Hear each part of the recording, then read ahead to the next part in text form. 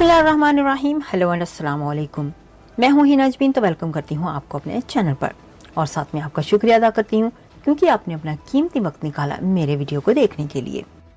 साफ शफाफ इंतखाबात में जो जीते हमें फैसला मानना होगा। एहतसाब सबका होना चाहिए, पर आज तक एहतसाब की लाठी सिर्फ सियासतदानों पर चली। 2018 के सर्वे में नवाज शरीफ सबसे आगे थे, लेकिन हमसे इक़्तिदार छीना गया। शहबाज शरीफ का हालिया सर्वे में चेयरमैन पीटीआई की मकबूलियत से मुतल्लिक सवाल का जवाब। साबिक वज़ीर आज़म शहबाज शरीफ का कहना है कि साफ शफाफ इलेक्शन होने चाहिए, जो सियासी जमात जीते वो हुकूमत बनाए।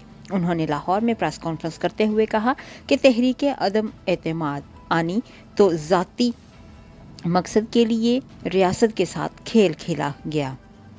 मेरे कायद और मखलूस हुकूमत का फ़र्ज था कि रियासत को बचाएं। पानामा को लेकर अकामा में सज़ा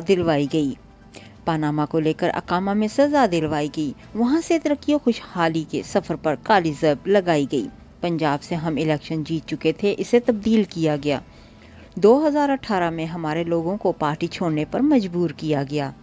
2018 के सर्वे में नवाज शरीफ सबसे आगे थे, लेकिन हमसे इक़्तिदार छीना गया। खारजा पॉलिसी से ताल्लुकात तबाह किए गए, जिन्हें हमने बहाल किया।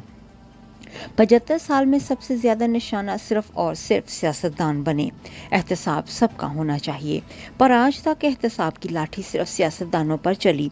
शहबाज शरीफ ने मजीद कहा कि चेयरमैन पीटीआई ने जनरल बाजवा से कहा कि मैं आपको तवसीह दूंगा अगर आप मेरी मदद करें। चेयरमैन पीटीआई ने हमें 10 से 10 साल के लिए बंद करना था। शहबाज शरीफ ने मजीद कहा कि नवाज शरीफ की वापसी में कोई कानूनी रुकावटें हायल नहीं।